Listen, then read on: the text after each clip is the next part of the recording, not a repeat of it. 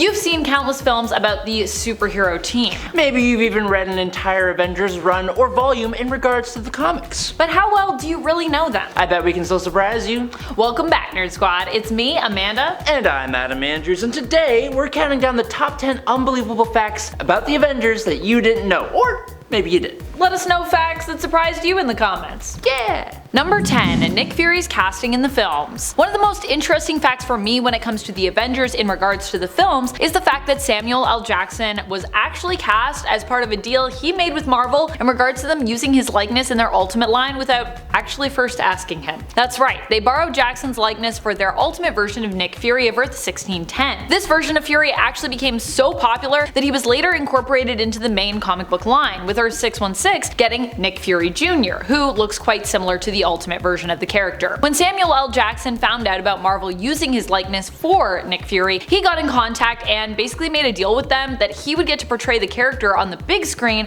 when that day came. And that's exactly what happened, with Nick Fury being the one responsible for bringing the team together in the cinematic universe. Number 9. Avengers Mountain. It's really sneaky of the Avengers to call their new HQ Avengers Mountain, because that thing ain't a mountain at all. It's a 2,000 foot tall corpse of a space god called the Celestial. Specifically, this Celestial is known as the Progenitor, and it came to Earth 4 billion years ago. They took that sucker's body and converted it into their home base with living quarters for each member of the team, a gym, a laboratory, and docks for ships. It's creepy as hell, and just to prove that point, they connected every quote floor in the quote building by turning the Celestial's spine into the quote spinal lift. How messed up is that? The Avengers partially reanimated the Progenitor's circulatory system and used the cosmic energy from its blood cells to turn one of the ventricles of its heart into a teleportation hub. They turned the Celestial's cerebrum into a server room called the Brain Room, with the most powerful computer terminal in the galaxy. Each finger of the Progenitor's right hand was turned into a personalized hanger. As some kind of weird sick joke, its left bicep got turned into the Avengers Strength and Conditioning Center, and its quote mustache area was turned into Tony Stark's locker room. They even turned the space god's intestinal tract into a detentional facility for captured villains. Not going to lie though, it's actually kinda cool. Nowhere is a celestial head, so it's not like this is anything new. Number 8. First female Captain Marvel wasn't Carol. Fans of Monica Rambeau in the MCU, who is played by Teyonah Parris, may not know that when it comes to Captain Marvel, she actually held the title before Carol Danvers did. Yep, back in the day, Carol was known as Miss Marvel. With Carol already having a title that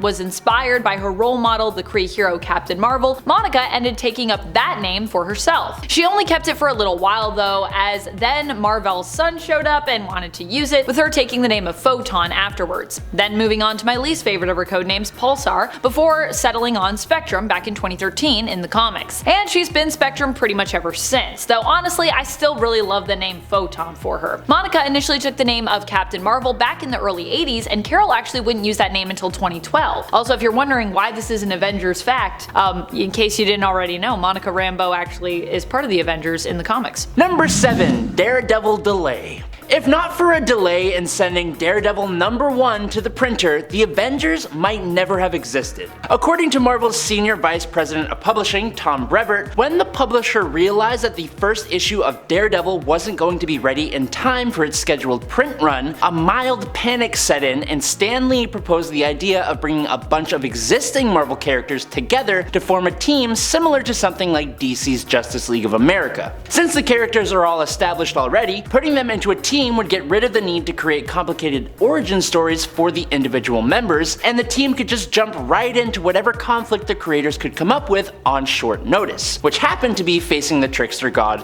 Loki. The pair brainstormed for a while and came up with the Avengers, and then hastily put together the first issue and sent it off to the printer, and boom! The Avengers were born, with the Wasp coming up with their name. And then... Speaking of the Wasp, what a good lead-in. I love that. Number 6. The Wasp led the team. Speaking of the Wasp, thank you for that lead-in, Adam. That was so good.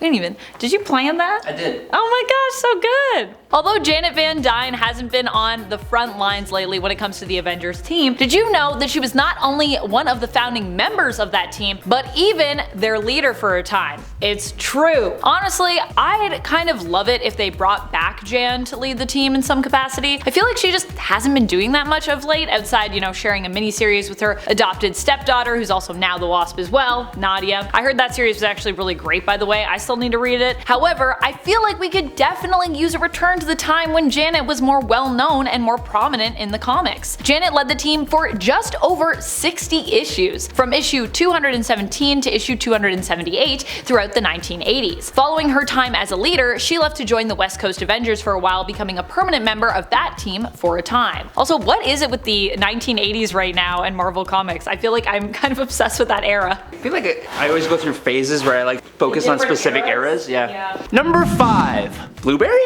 The MCU's Iron Man is known for his confidence, heroic tendencies, inventions, jokes, and just being the guy who started it all, really. But another defining characteristic of Robert Downey Jr.'s Tony Stark portrayal is how much he eats. Like, he is pretty much always eating. Some of Iron Man's most memorable moments in the MCU involve him eating food, but that wasn't planned. It ain't in the script. Tony's eating habits developed during the movies as a result of Robert Downey Jr. being hungry. Robert often brings his own food to set and hides it all so that he can eat during different scenes. This is kind of done out of necessity, as the demands of being a leading man often mean a grueling work schedule without major breaks. So instead of skipping meals or not eating all day, Downey often just eats during his scenes, which meant having Iron Man always eating in the MCU. That's why in the first Avengers movie, everyone remembers him walking around antagonizing Cap and making nice with Banner while wielding a shiny bag of blueberries, offering them to those who agree with him and denying them from those who opposed him with pretty great effectiveness. Number 4. The most fantastic members. If you've ever wondered how separate the Avengers and the Fantastic Four are kept in the comics, the answer is,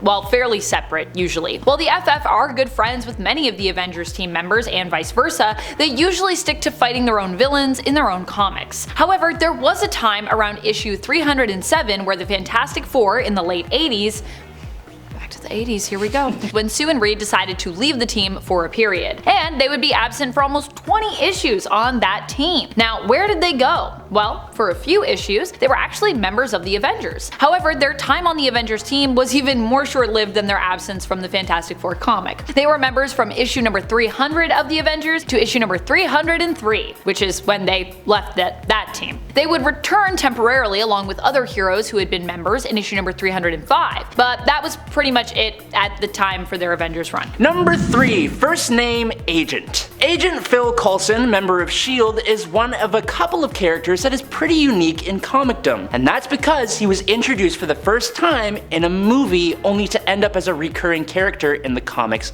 afterwards. Specifically, the very first Iron Man movie, the birth of the MCU. The only other character in the last 20 years that has made this big of an impression on the comic community is Harley Quinn, originally introduced in Batman the Animated Series. Since his appearance in the 2008 film, Agent Coulson has appeared in the Iron Man 2 webcomic titled Phil Coulson, Agent of S.H.I.E.L.D., along with a new comic titled Battle Scars in 2011, and he's gone on to appear more and more. Although he seemed to pass away in Avengers at the hands of Loki, he had actually only passed for about 8 seconds before being revived, and he went on to actually do quite a bit, particularly in Agents of S.H.I.E.L.D. In the 616 comic continuity though, he has had parts to play in Civil War 2 and Secret Empire alongside Deadpool, and then what's really crazy is that he went on to the point of no longer wanting an Avengers team, and he even sold his soul to Mephisto and warped reality to do it. But then Blade formed another group of Avengers and Coulson got trapped inside a Pandemonium cube. Never expected that from Phil.